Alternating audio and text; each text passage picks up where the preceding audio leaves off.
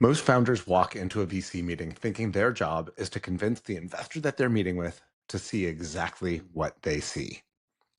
My guest today is going to tell you that there is a more effective strategy.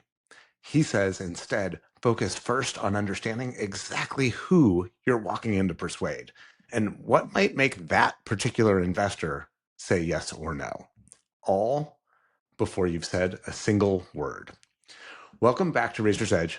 I'm Ben Elowitz, and today my conversation is with Sean Byrnes. Sean is the founder of Flurry and Outlier, and he has raised over $100 million over 24 venture rounds. Of all those rounds, 2 of them were easy, and the other 20-something, he's had rounds killed overnight. He's had investors call his ideas science fiction. He barely survived the 2008 financial crisis when 2 out of 3 startups sitting next to him were folding. He's made close to minimum wage for some of the stretches of this journey and once even had to personally loan his own company money to make the next payroll. As for what works in venture, he's got a real simple message. Fundraising is sales, and winning is not necessarily just about the best pitch. It's about doing the work to find the right room before you ever walk into it. I love that Sean has been through it all, and he is unabashed with his experience and his advice. So let's get into it.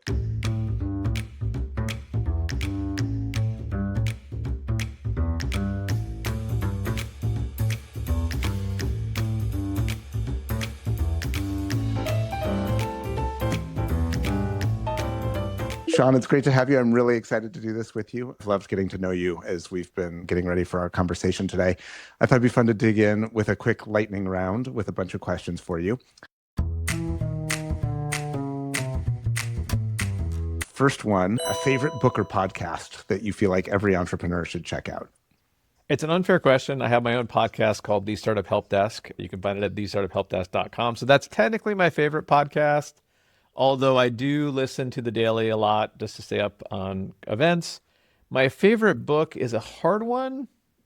I will say this. I'm currently listening to the audiobook version of The Martian with my son, and he's 10 years old, and he loves it and now wants to be a NASA engineer. So right now, that would be my favorite book. That is awesome. I have a 10-year-old too. So anything that brings us closer is kind of an automatic winner. That's great to hear. You do a lot of leadership coaching. If you had to describe your own leadership style in one word or one phrase, what would it be? Supportive. I think supportive would be the word I would use. I've always been a big fan of building great teams and then giving them hard problems and letting them go solve them. That was always the recipe for my leadership style. It was a recipe, it turns out, for success. Although honestly, going into it, I didn't know that that was the case. I knew I had worked for a lot of companies that were not well run and did not treat their employees well. And I wanted to create a place that people felt valued, that they could bring their whole self to work and really do amazing things. Like most people become founders to make money or be famous. I did it just because I wanted to create a certain kind of environment for people to do their best work. Love it. Amazing. You've worked with a lot of founders. Who's a founder that you really admire? Oh, there's a lot of them. It's a very long list. If I had to think about who I admire the most, it would probably be Edith Harbaugh. She was the founder and is still the CEO of Launch Darkly. I mean, talk about somebody who's shown so much grit and so much perseverance in the face of so much adversity to create this iconic company in Launch Darkly. It's hard to describe the journey that she's been on and how well she's succeeded despite all the things that life has thrown in her way. And I think those are the stories I like the most, is when somebody starts with an idea that nobody really gets. It isn't like people are throwing money at them on day one, but they prove themselves right, not through luck and just through perseverance and building and being good at what they do and proving everybody else wrong. Those are the stories that I love. I was on the board of a company where the founder had gone through so many near-death experiences. And I was talking with one of the venture capitalists, and they were talking about that grit and persistence. And they said, yeah, it's amazing that he stuck through it. And I said, I thought everybody sticks through it. And it turns out, in this one VC's experience, it was actually less than half that really had that kind of grit. And it shocked me at the time because I thought that was just in the water that founders drink. But it's one thing to persevere, it's another to excel. I mean, the thing about Edith and founders like her that I find so inspiring is it wasn't just that they made it through, it's that they found a way to win big despite all of that. And so that's the thing that keeps me going, is realizing that it isn't just about surviving. It isn't just about grinding through. It's about proving people wrong and winning big in circumstances that people may not otherwise realize is possible. Especially when you see something that others don't, and yet you have to convince them in order to make it to the Hmm. end. Let's talk about fundraising, one of the places where that happens. Do you see it as a relationship or as a transaction? Oh, it has to be a relationship. At the very least, if you think about it, if somebody invests in your company and they're on your cap table, they will be there for the entire life of the business. And it takes, on average, 8 to 10 years to get to a venture-backed outcome. So it has to be a relationship. I think people who think about fundraising as like, hey, I'm just going to go raise some money and get back to work, you're ignoring the fact that there's people who come with that money who are now on your cap table. Maybe they're on your board, maybe they're not. It doesn't really matter. You're adding people to the team. You're bringing people onto the boat. So it has to be a relationship. The biggest mistake you can make is not getting to know people before they invest. Because if you do that, you're guaranteed to have people in your cap table on your boat that somehow later on your life will get more difficult. Not because they're bad people or you're bad people, maybe just because you just don't agree philosophically on where things are going or expectations weren't set. So it's absolutely a relationship. What's something special that you've done or something that happened to work out really well to let you get to know an investor super well when you were still courting each other?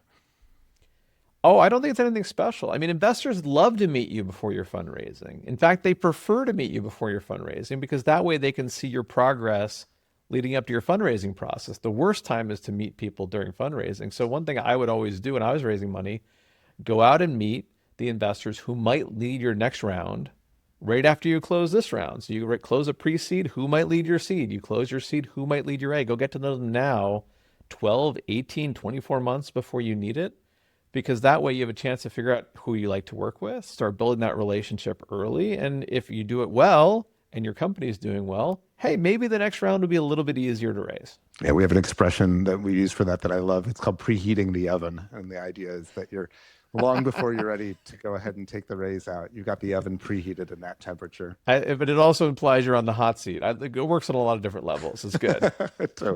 Totally. Should founders take meetings with junior associates at VC firms?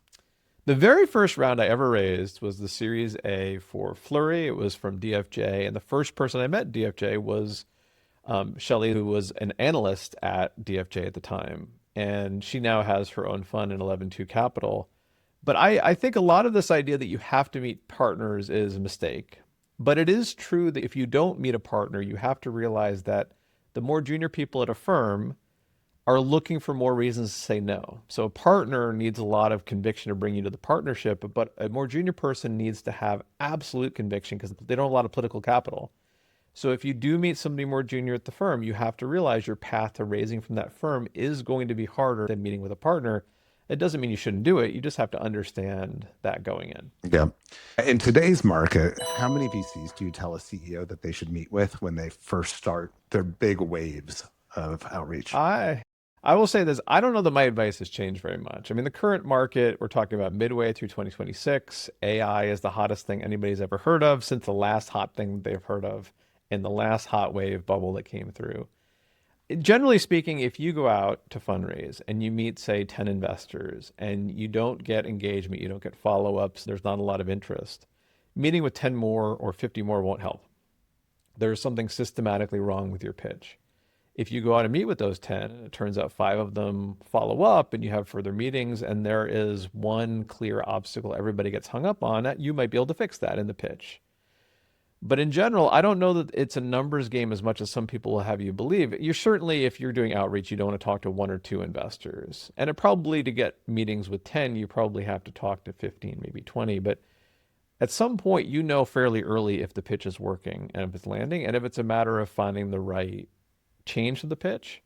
The mistake a lot of people make when they think it's a numbers game is they don't do the research ahead of time to figure out which investors are more likely to want to invest in your company before you even talk to them, right? If I'm raising money for an ERP system, who invests in ERP systems? Who's doing enterprise investing? Who's predisposed to want to invest? Who's already made a conflicting investment and they won't talk to me or be able to invest even if they like the company? If you do the pre-work to figure out who's more likely to be interested in your company, it shouldn't take that many meetings. Often if it takes you 50 to 60 meetings, you are just throwing out a wide net and letting the investors self-select. And that's always going to be a difficult strategy. I can't wait to talk to you more about how you do that, how you figure out ahead of time who's going to be able to invest and who's never going to get over the bar. Before we do that, can you manufacture FOMO? Generally speaking, I would say no. It usually is a combination of factors outside of your control. So, for example, if an investor who previously tried to invest in a similar company but lost that deal is going to feel FOMO about your deal, it has nothing to do with you. It's because they have recency bias against the last deal they missed. If you get more than one term sheet, sure, but it's not really FOMO anymore. It's actually competitive around where you have a lot of options you can choose from. If you're talking about the current AI era, there was a period, it isn't true anymore in mid 2026, but like the end of 2024, early 2025, where investors were worried about being in AI deals because their LPs were asking them when they were going to be in more AI deals. And so they had a form of FOMO that was more related to their ability to raise a fund and their exposure to AI. But again, you don't control that. So generally speaking, I don't think you control most of the things that go into FOMO. It means you can get lucky in that it happens to you. And in my entire career of raising venture rounds, that I think it ended up being 24 rounds that I raised, only two of them were really, really easy. And both of them were based on FOMO that had nothing to do with me. The rest of them were miserable. Or, you know, you don't have it. Yep. I can't wait to hear about the two that went well, and even more importantly, the ones that didn't go well. Tell me about your personal AI stack. What are two or three things in your personal AI stack that you are using in the last couple of months that you're getting an edge from? I use Claude Code a lot. In fact, I'm building a bunch of products, so Claude Code would clearly be on the list. Gemini Deep Research is amazing for anybody who's doing research into a market or a new startup company. Like the ability that it has to go deep and do this well-researched, thorough analysis. The fact that we can do it is magic. I mean, years ago, you'd laugh at somebody who even suggested it was possible. And then, of course, Nano Banana, because I love creating hilarious images and it's fantastic at doing that. So I don't know if it's a stack. Those are the things I find that I use the most. Awesome. Awesome. Do you love fundraising or do you dread it? Fundraising is hard. It's like dating. Nobody likes dating. Come on, it just nobody likes it. It's just really hard and difficult. You're putting yourself out there. If you're a founder of a company and you pitch your company to an investor and they say no, even if their no has nothing to do with you or the business, it is very hard not to take that personally. In fact, if you're really investing in the company, you're going to take it personally. It feels like they're rejecting you. And you're going to do that over and over and over. And most rounds, if you do successfully raise, you got one term sheet, meaning you talked to, I don't know, 10, 15, 20 investors, all who said no. And they gave you really good reasons for saying no, all of which go to the core of your self identity. It's very hard. Not only that, a lot of founders make the mistake of thinking fundraising is something I'll do on the side while I run the business. Fundraising is a full time job. And it is not a job most founders like. They didn't get into founding companies because they liked fundraising. They got it because they like building product or selling to customers, their vision. Fundraising is often the antithesis of what they enjoy doing. So to make it their full-time job is absolutely miserable for them, but it is necessary to build certain kinds of businesses. I'm very lucky to have a slightly different angle on it, which is that I've learned to make it something I love. And I did that by saying I'm going to learn to love the relationships and the feedback and the conversations. Doesn't happen in every one. Sometimes you meet a dud, but on the rest of them, I try to find something in every meeting to really get energized about, whether that's a connection and a personal interest that's shared, or whether it's a question that they asked that I couldn't answer. But I've really managed over time to say, like, I'm going to make this something I love. And I got to say, it's worked. You're doing better than I do because I still find it to be a grind. And it's the constant rejection that goes to your sense of self because you really poured yourself into it. It's hard to get over. But that's awesome. That's great for you. It's not true for me. I would love to kind of dig into our conversation about fundraising. And one of my favorite ways to do this is to say, like, imagine you just walked into a meeting at Sequoia, you're meeting a partner you've never met before, and you've got the burden that every entrepreneur does of trying to introduce yourself and tell your story very concisely in a way that makes them interested in you. How would you introduce yourself and share your background if you walked into that meeting right now? Sure. Hey, I'm Sean. 20 years ago, I went to graduate school for AI back before it was a good idea to go to grad school for AI. Today, it turns out it was. It just 20 years later. I spent the first 20 years of my career as a founder and CEO of startup companies, mostly venture backed in the data analytics space. I started a company called Flurry. We grew it over 9 years to being one of the largest analytics companies in the world, doing analytics and ads for mobile applications. We had 98% market share when we sold it in 2014 to what was then Yahoo. I have started a lot of other companies. The most recent company was a company called Outlier.ai. We use machine learning at scale to help consumer brands find insights in large sets of data. Companies like Nike, Capital One, who were looking for, they didn't know what they didn't know. Those subtle changes in consumer behavior, our platform would find them for them. We exited that one in 2022. Since then, I have spent a lot more time investing. I have invested over the last 12 years, both in individual startups, about 100 in direct investments, and venture funds. I'm an LP in about 2 dozen venture funds. I've done a lot more of that in the last few years. I think about this next stage of my career as giving back. I do a lot of CEO coaching, a lot of mentoring, trying to help the next generation of founders realize their visions. And I find that much more fulfilling than younger me would have. And surprisingly, older me finds it to be actually a really great way to take all the lessons I learned and pay it forward. Let's talk about why does capital raising matter? How important is it for a CEO to be good at raising capital? If you're building the kind of business that needs venture capital to succeed, like it's a very big swing, it's a very capital intensive business, it's probably the number one skill that you need, because without the capital, you can't build the business. There are entire categories of businesses that are great that don't require venture financing. In that case, you don't need those skills and they won't help you at all. But if you are building a venture backed business, fundraising is the best skill that you need. Now, that skill doesn't take one form. Some founders are just amazingly charismatic and great storytellers and great at public speaking, and that helps them raise money. Others are just super passionate about their problem. They have credibility about knowing their space. That works. Others are just execution machines that are moving so fast, investors want to latch on and hold on to this rocket ship ride. There are lots of ways to be good at fundraising, but you have to be good at it. I think the biggest mistake I hear a lot of early founders make if they're going to raise money is, I'm going to raise one round of financing and then I'll be done. That is not how it works. If you commit to raising money, you're on a treadmill, and you have to acknowledge that is the game you're playing, that it's going to be about the next round, the next markup, the next amount of capital, ever increasing demands on growth. This is not where you just jump on at one stop and you get off on the local. You are on a train that's going somewhere with people on your cap table that have expectations, and you just have to commit to that journey. If it's not for you, that's great. Don't raise money. But if you do, you're committing to being good at it long term. So let's talk about how you got to that point of view. Let's go back to the moment when you were raising your first round for Flurry. Did you already know how important those skills were, or is that something that you didn't find out till later? Oh, I knew almost nothing about venture capital back then. I knew a lot actually about building new businesses. I was very lucky that in college and graduate school, I tried to start companies. I was in school at the end of the dot-com bubble, so it was the hot thing to do to start a company.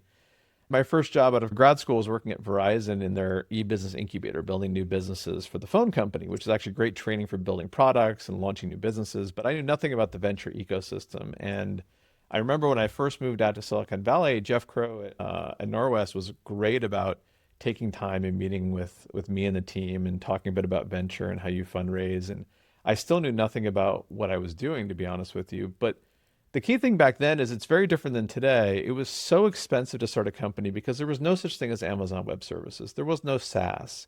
If you wanted to start a company, you had to go rack servers somewhere and network them yourself. It was very expensive to start a new company. So you kind of had to raise venture financing, and the whole world looked different. Our Series A at Flurry, I think, was a $4 million round, which today wouldn't even be a seed round, which is crazy to think about. But you needed the money because you had to go buy some servers and rack them somewhere and set up your website and get the product out the door. And it was hard. I was lucky that I was able to find people in my network. So our very first financing rounds were led either by alumni. I went to Dartmouth College, and so some alumni from Dartmouth that we knew, but also there turned out to be a fund that was started by a professor from Tuck named Phil Furneaux, who I had known Phil because I walked into his office hours as an undergrad to ask him about starting companies. And when he found out I was starting something new, I got this email from Phil, hey, I have a fund, let's talk. And they led the first round of financing in Flurry. So I got very lucky that there were people that I inadvertently knew that helped me on this journey and on this path. The first rounds were hard. At the time, I didn't know what venture investors were looking for. I didn't know what their criteria. All I knew was we had started Flurry with this idea that people at the time had feature phones. This is the pre-iPhone era. So people had flip phones. If you're old enough to remember flip phones, you know what I mean. They didn't do very much. And our thesis at Flurry was that, hey, people are paying a lot of money for BlackBerries to get things like email and news in their phone. What if we brought it to that feature phone? What if we brought it to that flip phone? And that was the idea of Flurry, to bring email and news reading, these sorts of things, to feature phones that people already had. And at the time, the way investors looked at the category was that you had to have a deal with T-Mobile or a deal with Verizon, wasn't it, in order to be venture fundable? That's right. In the pre-iPhone era, you had to have a deal with the carriers to get distribution. And we didn't want to do that. We wanted to be a direct-to-consumer company. And it was interesting. So when we first started talking to people like Borealis Ventures, who led that first round, I think a lot of their interest was, this is a smart team. They have an interesting idea. We don't know if it'll work. We luckily at some point found things that started to work. And so, for example, we built it for the US. It turned out people in the US in 2005 didn't have any interest in email on their flip phone. But you know who did? The rest of the world, because in many countries, you didn't have a computer at home yet, but you did have a flip phone. And so if you wanted to check your email, you'd set up an email account in an internet cafe. The only way to do it was on your phone, but there was no way to do it on your phone. And so the early days of Flurry, we blew up in places that I had never been, like Indonesia and Burma and India. And I think Borealis Ventures looked at that and said, there's actually maybe something here. Maybe you've stumbled upon an interesting opportunity that may not be US centric. But I didn't know how investors think about international markets, how they thought about growth rates, what they were looking for in terms of the exit size, how will you even think about in terms of an exit for a company like that. I had no idea. And so a lot of the success, I think, came from knowing people who going in already had known me. I met them again as an undergraduate, and they had luckily found me. Like Phil actually sent an email saying, hey, let's talk about what you're building. And so it was very fortuitous that I was able to navigate those early days having no idea what was going on. So if you have a network that's supportive and can actually write a check, you are way ahead of those who have to start building a network from scratch. Oh, and it was worse back then because, this was 2005. There were maybe 20 venture funds. Like, there weren't as many venture funds as there are today. They were all on Sand Hill Road, so you had to drive down to meet them in person. And I have this general theory that every successful company has gotten lucky at some point, many times usually, along their journey, because there's no way to succeed. The odds are so vastly against you. You can't possibly just win based on skill. How did you learn quickly under that kind of pressure to fundraise and to fundraise well? And was it all self-taught and kind of hard-earned, or did you have a mentor who helped you? I think it's funny that you think that I was good at it because I'm not sure that was the case. I think there's a difference between being really good at fundraising and being able to close a round. And I think if I think back to all the early days of Flurry, all of the rounds were very hard to close. I'll give you an example. So when we were out to raise that Series A that DFJ eventually led, people were really interested. We were actually for a while a very quote unquote hot deal, right? In that we were growing fast. We had this worldwide growth. We were becoming the definitive direct to consumer mobile email solution on feature phones. And so I was lucky I got to meet people at Sequoia for the first time and meet people at other hot venture firms and feel very popular. And in the middle of the fundraising, actually not in the middle, towards the end, Google launched Gmail Mobile. And the entire round, everybody evaporated. Everybody who'd given me a verbal, like, oh, hey, we want to do the deal, everybody disappeared. DFJ, to their credit, followed through and made the investment. But it was like horrible timing. Had Google waited like 2 weeks, we would have had the round done. It wouldn't have mattered anymore. So other investors thought it was going to be a competitive shutout, or at least too big of a risk of competitive shutout, that Gmail would launch and you were dead? I'm not sure. I suspect what they actually thought was that Google would buy us. They thought this would be an easy exit to Google to be their mobile client because this was right where Gmail was taking off. It wasn't dominant yet. And this seemed like an obvious acquisition target, if I had to guess. Because back then, if you raise a $4 million Series A, you could sell the company for $50 million and everybody's thrilled by the outcome. Yeah. But I think that once Gmail announced their own Gmail Mobile, not only did they think that was now off the table, they figured that, hey, there's now more competition, growth will slow. The company just doesn't look as attractive anymore. What do you remember saying to DFJ that had the different outcome? I think a lot of it was just the execution of the team and the vision that we had for the future. And they were just known for making big bets on teams and crazy ideas. They were coming off the back of Hotmail, which was at the time their big win from the dot-com era. And so, to be honest with you, it's one of these things where we got very lucky that they thought there was enough there to make that investment, to make that bet. But also, to be clear, it wasn't like a huge check. It wasn't like, in this day and age, $4 million Series A sounds like a loss. Rounds were smaller back then, but it wasn't like it was a huge bet. It was essentially like, hey, let's see what these guys do. Yep. If you flash forward, what was one of your toughest rounds at Flurry to raise? In 2008, when the financial crisis hit, people who weren't in the industry now don't understand how bad it was. At the minute the financial crisis hit, venture funds stopped writing checks. And there are people who went through the pandemic in 2020. Remember, VCs did stop writing checks between March of 2020 and like July of 2020. Real short. But imagine that lasts for like a Yep. year, or it was a long time. I used to keep track. Two out of every three startup companies I knew at the time went out of business because nobody was writing checks. Literally, VCs were doing capital calls, the LPs were saying no. The financial system was seized up. And so there just wasn't money flowing through the system. In fact, we ended up raising an internal inside round from DFJ. And what they told us at the time, which I have to believe, was that the only reason they invested in us, because they weren't doing that for everybody, was we were the most capital efficient company in their portfolio, meaning we were burning the least amount of money. And so a lot of the argument was, if I give you a dollar, will it go as far as I give a dollar to somebody else? Who's going to generate the most enterprise value based on this dollar? And I'm going to have to choose because I only have $1 to give to one group. And so in that world, being capitally efficient was an enormous advantage. Every dollar was going a lot farther, and they felt like giving us the dollar, it would go farther than other companies in their portfolio.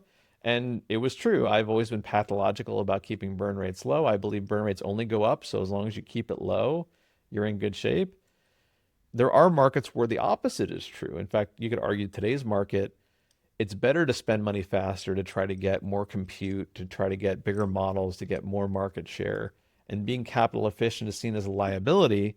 We just happen to be lucky that what we were, which is capital efficient, became highly valued at this moment that this macro event happened that we had no control over and didn't know was coming. But I mean, in some ways, survival is a competitive advantage. Had we not survived 2008, because most of the companies that were trying to do what we were doing failed during that period, we just came out the other end, and there was just frankly less competition. Once the iPhone launched, there were a lot less players in the space than there had been before that nuclear winter had hit. When you were pursuing that round and DFJ stepped up, what were the stakes like for you? What was it like to be in that seat for you? Oh, I mean, every time you're out fundraising, it's existential, right? Because you wouldn't be fundraising if you had other options. And this is still 2008 is, keep in mind, this is still the pre-AWS era. There still aren't a lot of things we use today to build companies available back then. And so our burn rates were real based on infrastructure and cost. We had not a huge number of people on the team, but maybe as 12 people on the team. I can't quite remember. It was something like that. And you have now invested at the time 3 years of your life, my life, in building this company, and it can just go away. And what I like to tell founders, I mean, Flurry was a 9 year journey that ended up in a very good outcome, which is awesome. But over those 9 years, four of them I didn't get paid. Like, it was a rough at the beginning. There was a period in 2008 where maybe I was making minimum wage. I don't remember. It wasn't a lot, right? In my last company, Outlier, you know, like there was a financing round where I did the math wrong and the wire was going to come in after the last payroll. So I had to pay payroll myself. I had to give the company a loan to make payroll. Like, these questions of fundraising are not for the faint of heart. Like, these are existential questions that have enormously high stakes. Yeah. For Outlier, I remember you saying that there were a lot of investors that you had pitched that pushed back hard on those raises and that claimed that the company, I think the words you said were the company was science fiction. I got that a lot. I'm kind of curious, like in a challenging round like that, talk us through that and let's talk about like what was the challenge and how did you ultimately navigate it? Well, so keep in mind, I think a lot of founders think that if you're successful, if you have a big exit, the next round will be easier. That is not how it works. What is true is that it's easier to get those first meetings with investors, and that is not a trivial benefit. So if you've had a big exit, it's easier to get a first meeting with investors, but it's really all you get. After that, your pitch has to stand on the merits. And Outlier, our vision, and the business we eventually built was the idea that you could use AI, you could use machine learning to look through these mountains of consumer data that these companies had to figure out what the unknown unknowns, what were the small insights and changes that they don't see that are going to be important later on? How is consumer behavior shifting, certain buying patterns over here? And so if you could bring that to the attention of the leadership, they can get ahead of things that otherwise they're finding out later. And so I would describe that vision to investors. And this is, There's a huge AI boom now. There was a mini AI boom in 2018, 2019, but this is before that. This is in 2015. And investors just weren't familiar with AI and machine learning enough to believe it was even possible. What I was describing to them, they were so used to hearing about SaaS businesses that were predictable. They were doing software that did the same thing every time.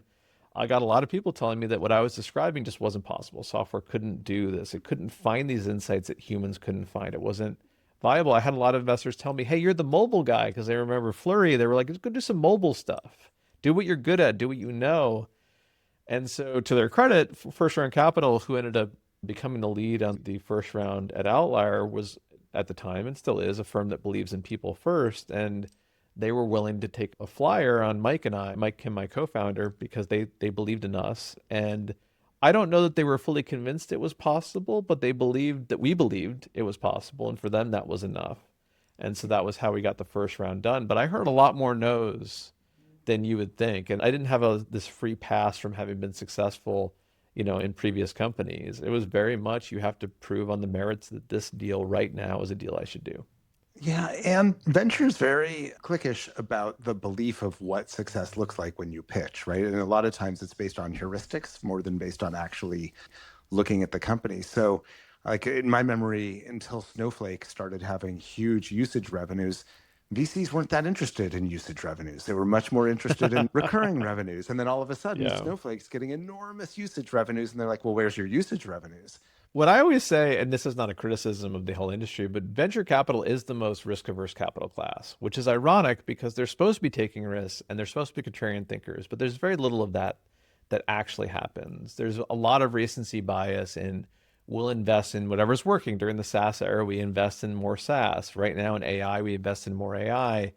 But if you look at the defining companies that were started in any given period, they almost never fit the dominant thesis that venture investors were following at that time. But it's hard, right? There's enormous risk, especially venture capital is a hard career to have a job in as an investor. You don't want to make mistakes and be the crazy person who blew investors' money on a bunch of bad ideas. At the same time, those things that look like bad ideas at the beginning become the winners tomorrow. And so, how do you balance that? Many investors take the conservative route of investing in things that look like successes that have already happened, and it becomes a self-perpetuating cycle where the companies that raise money aren't necessarily taking the risks. They look a lot like things that are familiar and comfortable versus the next most ambitious idea that got started that looks nothing like what you think it should is not raising money. I will say this, I take it as a badge of honor that most of my companies struggled to raise money at the beginning because they didn't look like what investors were looking for. All of my companies that I've ever started were category creation companies. We weren't going to replace something that was there. Those are always easier because you can see the pattern. Like, okay, they have this accounting system. We're going to build a better accounting system. We'll replace that accounting system. We know how much they pay for it. Everything is clear. A new category is very hard because you have to convince the world that it's necessary, that it has to exist. And why didn't it exist if it was so important? And why can you create it when nobody else can? It's always a harder sell to create a new category.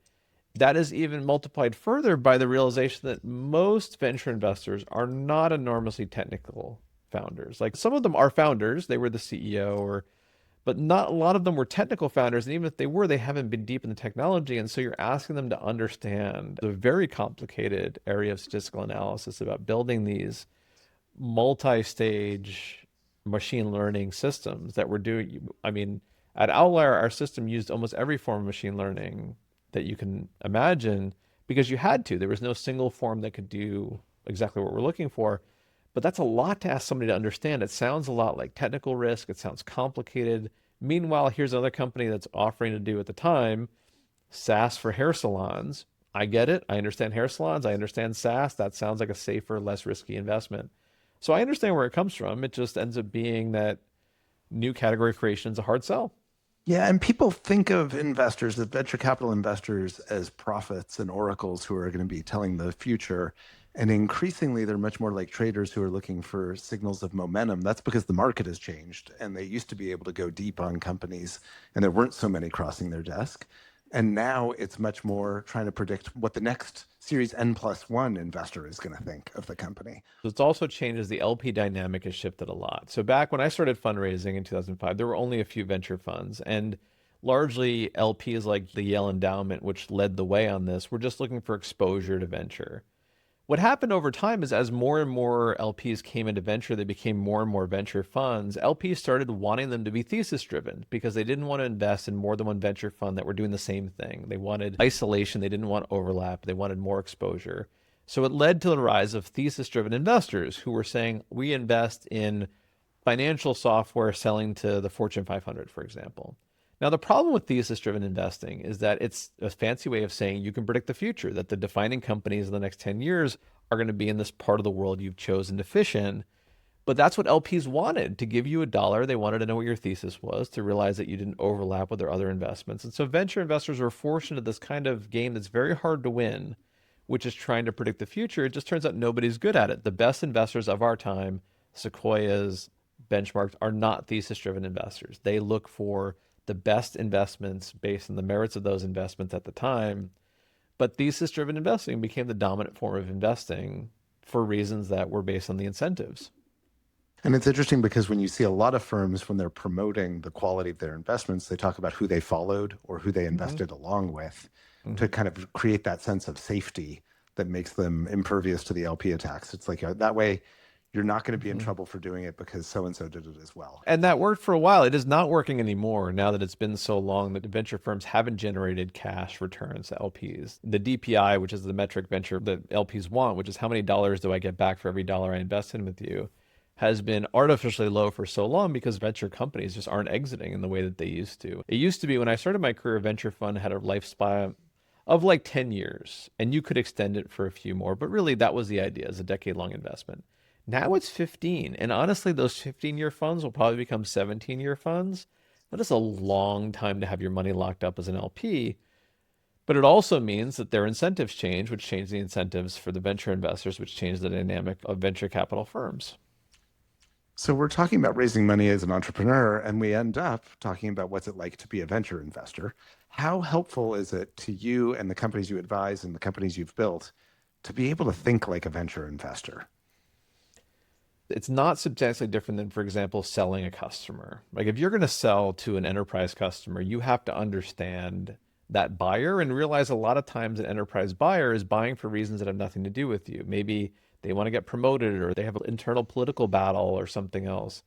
If you use those same skills and apply them to venture and realize that I'm selling equity, I'm not selling a product anymore, a lot of founders actually do quite well with it. They start to understand that it's a lot more about finding the right prospect, the right investor who, again, was predisposed to like what we're doing. That a lot of the no's you hear have nothing to do with you. They have to do with internal political battles at the venture fund, or some partner invested in a similar company 10 years ago, it didn't work, so they won't do it again.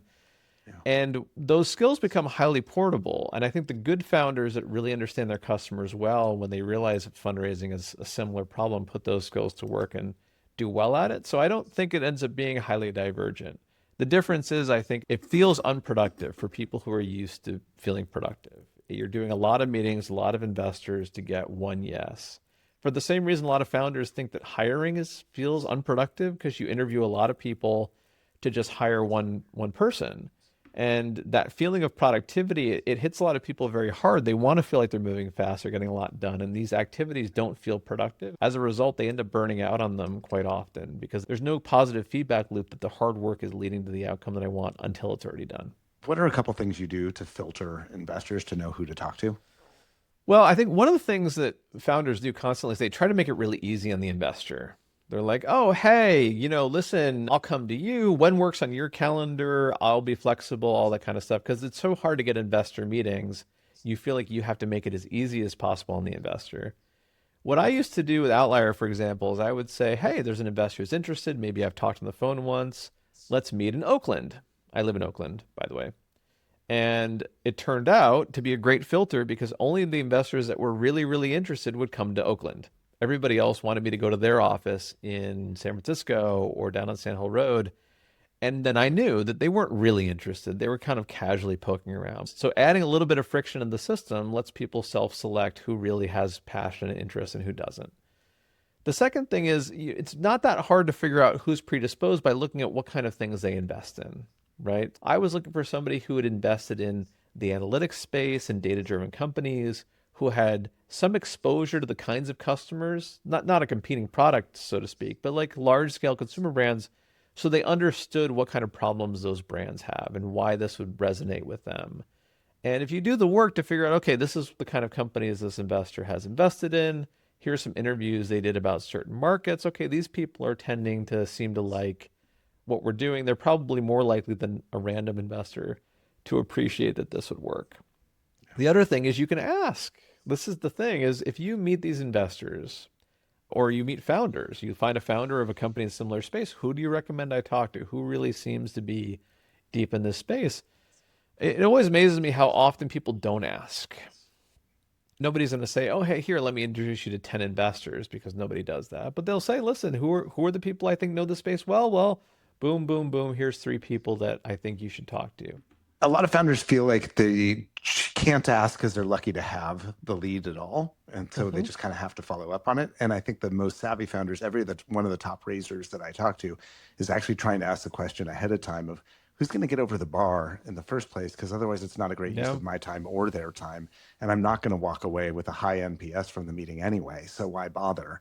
It's actually interesting to me on the AI side, it's never been easier, right? To figure out ahead of time, are they likely to get over? If they've never done a deep tech company before, you'd be there first. It's gotten harder with AI though, because a lot of investors have invested in such a potpourri of different AI companies. It's hard to see where the central thesis is of them. Because for a while it was like, oh, hey, you do AI in an interesting space. Let's go. Let's do that. And so I think the signal's gotten more muddied than it was in some of the previous generations. But no, you're exactly right that it's also the first thing founders learn in sales and consumer products is that friction is not a bad thing. Friction is a filter. Friction will separate the people who are really passionate from the ones who aren't.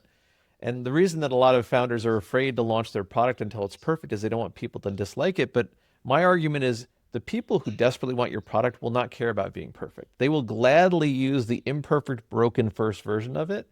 And if they won't, they don't really Yeah. want whatever it is that you're making. If they needed to be perfect, it was never going to work.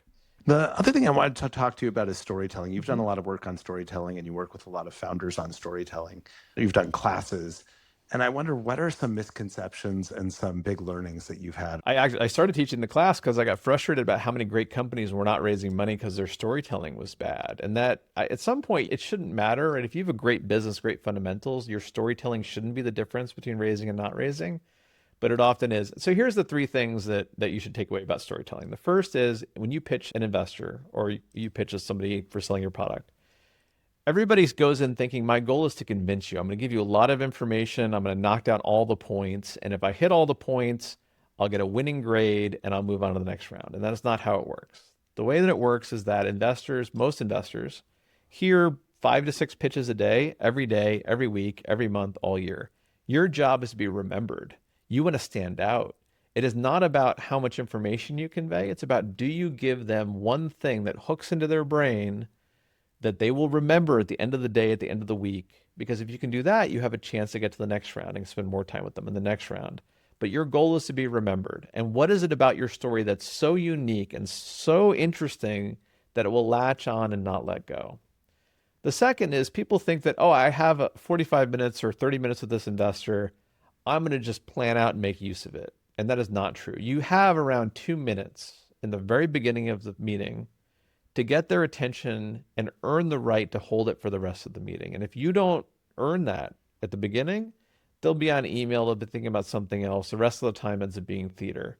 So how are you going to start so strong that they are going to sit up and be like, I have to pay attention to this pitch. I have to pay attention to this founder. You don't have 30 minutes to make your case. You have 2 minutes to make your case. And you better make it quickly and make it really profoundly to make sure they listen. And then the third part is when you're done with your pitch at the very end, too many pitches end on a meh, meh, like there's no ending to it. It's like, thanks for coming. The ending of the pitch needs to be the ending of the season finale of your favorite TV show where you cannot wait for the next season to come out, right? I don't mean you're giving them a cliffhanger like, oh, I'll tell you more about the company next time. You want to get their imagination going about the potential of what you're doing, how exciting it is, how you're just at the precipice of changing the world so that they want to spend more time. They want to come back. They want to dig in. You want to ignite their imagination in a way that a lot of founders don't. They end saying, "It was great meeting you. Thanks for the time. Let me know if you want to talk further." That is not what you do, because those TV shows never end up having a second season because nobody cares enough to make sure that it does. Those are the three things. None of it changes your story, right? Storytelling is not about making up fake facts or changing what your company is. It's about how you tell the story of your company to the audience. Yeah. How does passion play into the delivery? Well, the audience will never be more passionate than you are. So you better bring passion to it. Now, passion isn't like infectious. You can't like give it to somebody else, but they can look at it and say, "Hey, this person's so passionate. I think they might figure this out." Or I will give them the benefit of the doubt. It has to be there. If they don't believe you, if they don't believe that you believe what you're saying, they certainly won't believe anything you're saying. So that's an important part of passion. The second thing about passion is like we're all people. Like it's all a relationship game, right? It's much easier to like somebody who's passionate about something and loves it and it gives them joy than somebody who feels like they're grinding it out, that they're miserable and they don't love it. Like at some point they want you to love it because in your darkest days, that's what'll keep you going when everything else is miserable around you. So passion is absolutely important. And I often recommend, I used to be a competitive public speaker many, many moons ago. And what you learn there is you can practice your pitch too much, so much it becomes mechanical and robotic. You don't want that. You want the emotion to come through. You want it to be different every time because that's what makes it human. That's where you come through in the pitch. Yes, you should make sure you have your order of your slides and how you're going to convey it, but don't practice it so much that you come across robotic in your delivery. Let your personality shine through. My friend John Neffinger wrote the book Compelling People, and he has looked at what makes people influential, and it's the combination of strength and warmth. The interesting thing Mm-hmm. is, the psychologists have done these studies. If you spill coffee on yourself, it actually increases the amount of warmth that creates empathy between you and the person you're with in that meeting. Oh, I believe it. I believe it. So these places you opened with vulnerability, and that vulnerability of seeing that you're not 100% polished, but you're quite human and relatable. There's a lot of ways to get there. You don't have to Mm-hmm. spill coffee, but having that relatability and that being in the moment, boy, it sure does matter. Oh, 1,000%. If you can connect on any level that's not just your company and build real relationships, people are more likely to invest in you. Just like if you can connect with a candidate on a level that isn't just the job, they're more likely to want to come work for you. People are people. And until such time as AI takes over our companies and start running them for us, business is still a relationship game. I don't want to leave this conversation without getting to hear about some of the good rounds, the rounds that actually were easy. Oh, sure. Well, the first round that I found that it's possible for it to be easy, because for a while I didn't believe it. I think it was our Series C at Flurry. Flurry, you have to keep in mind, we were at ground zero when the iPhone came out of the smart revolution with an analytics and ads platform that we had built ourselves over years of being an app developer. And so we were there as the App Store exploded with the tools that app developers needed. Starting with the launch of the App Store, Flurry as a business doubled every 6 months for the next, I don't know, 8 years. It was Amazing. bonkers. It was the kind of thing that I'll never see anything like it again. I think it was our Series C. We just got a term sheet. We weren't even fundraising. Somebody just sent us a term sheet. I didn't even know it was possible for that to happen. That somebody would send you a term sheet without even going through a fundraising process. So that was the easiest by far. The second easiest was probably for our Series A for Outlier. I pitched a lot of firms. Some of the firms did not think what we were doing would work, or they didn't think we had what it was, but the business kept taking off. And the great thing about traction is that it negates all of the arguments. And so we found ourselves for the Series B. I wasn't really sure it was time. I think this was actually pre-pandemic, so maybe mid 2019 or maybe fall of 2019.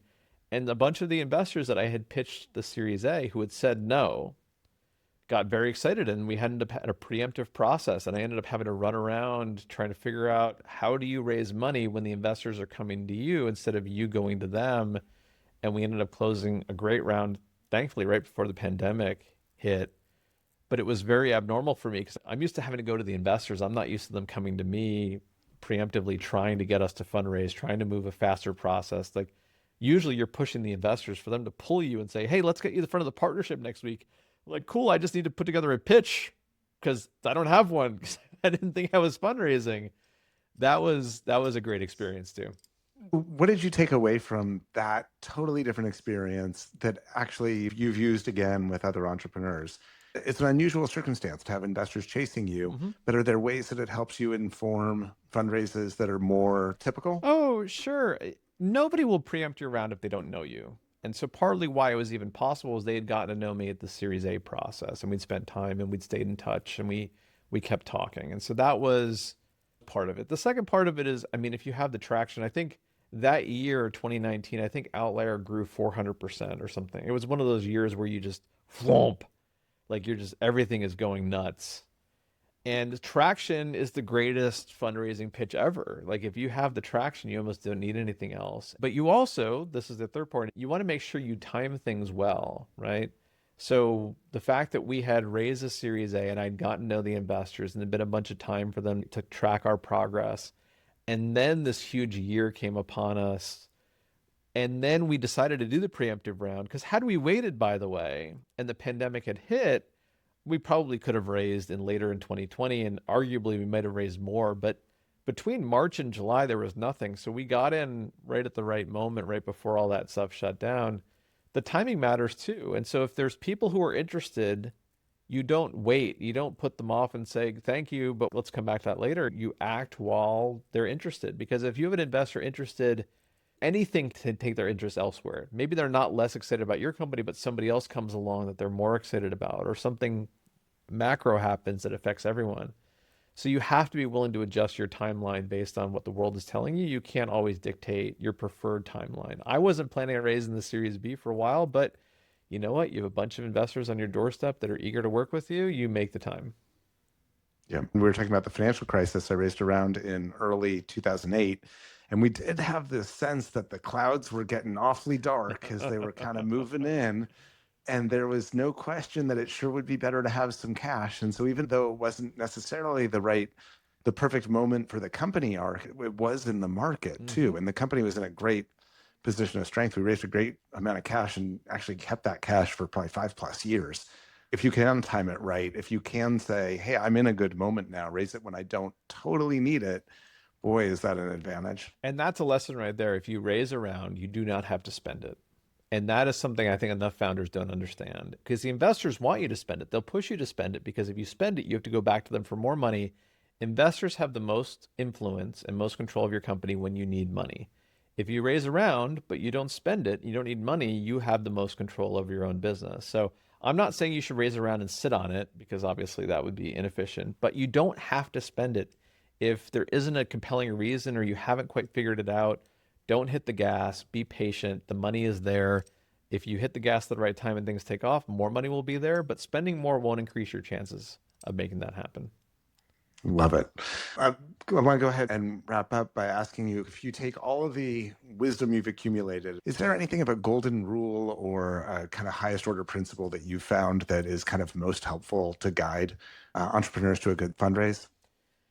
The only thing that I think is a universal lesson is that if you are going to raise venture capital financing, it will be a full-time job for between 3 to 6 months. And you have to treat it as such. You cannot treat it as a side hustle. You can't treat it as yet another thing in your to-do list.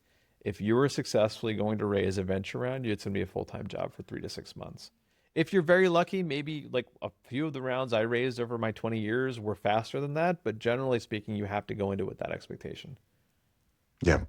And if you miss that start date, you're creating more pressure for yourself, actually, right? So that planning ahead, the preheating of the oven, all those things are incredibly helpful and valuable tips. I'm so grateful to you, Sean. It's been a great conversation. I will personally be tuning into your podcast, the Startup Help Desk, your Substack, The Breaking Nice. Point. I've been reading that and really enjoying it. Thanks. Yeah, so the Breaking Point, breakingpoint.tech, subscribe if you're interested. It started when I started coaching, I realized the same topics come up over and over again. And every time I get the same topic or question twice, I write a post for the Breaking Point. It's a weekly newsletter, which tells you I get a lot of the same questions over and over again. But it's been a great way to kind of give back to the community and write things down that are somewhat nuanced in the world of leadership and company building. There's a lot of content written by venture investors about how to pitch venture investors. There wasn't a lot of content out there about how to run a company and how do you deal with the hard moments of motivating your team and competitive disruption and all these sorts of things. And so I started writing it down, and it's just proven to be very popular. Yeah, and I feel like getting advice from venture investors is a little bit complicated when you're an entrepreneur. It's a little bit sus because they're like movie critics. And if you're Martin Scorsese and you're directing, do you want to just hang out with movie critics all day? Or do you also want to hang out with a bunch of movie directors who actually know how to shoot a scene, know how to light it, know how to choreograph the action, know how to direct? And Mhm. sometimes that critique is not what you need. A lot of times, what you need is the voice of somebody like you who's been there before and actually has said, oh, here's what works when you're holding the camera to direct a scene like that. So I think it's especially helpful. Thanks. Well, it also requires being vulnerable, right? Acknowledging that I made mistakes and telling the stories about the mistakes I made and how I fixed them. Far too much of the content that is not about fundraising is just about survivorship bias, about, oh, hey, Yeah. let's talk to the successful founder about how they built this company. And then we extrapolate a single path from one company. We try to make it a generalizable set of frameworks, which never works. Instead, there's people like myself who've been lucky to have success, but also had a lot of failure. And we're looking at kind of the totality of our experience, saying, okay, these are the threads that you can pull out that are probably generalizable lessons. And there's a whole lot that's not. I'm so grateful. So thanks so much for the conversation. No, thanks. And thanks for doing this. I think the more we share these lessons, the better off everybody will be.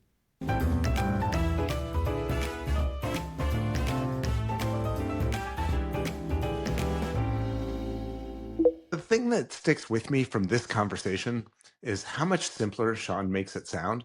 Not easy, but simple. It's get in front of the right people, know who you're selling to, and focus on what they actually care about, and let the rest follow. Sean has this way of like cutting straight to the thing that actually matters. And I think that's what he's been doing for 20 years and just as many rounds of venture. And now he's handing those lessons to the entire next generation of founders. So if you want more of Sean, you can find him at The Breaking Point. That's breakingpoint.tech or on the Startup Help Desk podcast. Both of those are totally worth your time. And if this episode was useful, send it to a founder who is in the thick of a fundraise. That is exactly who Sean built this playbook for. Thanks so much.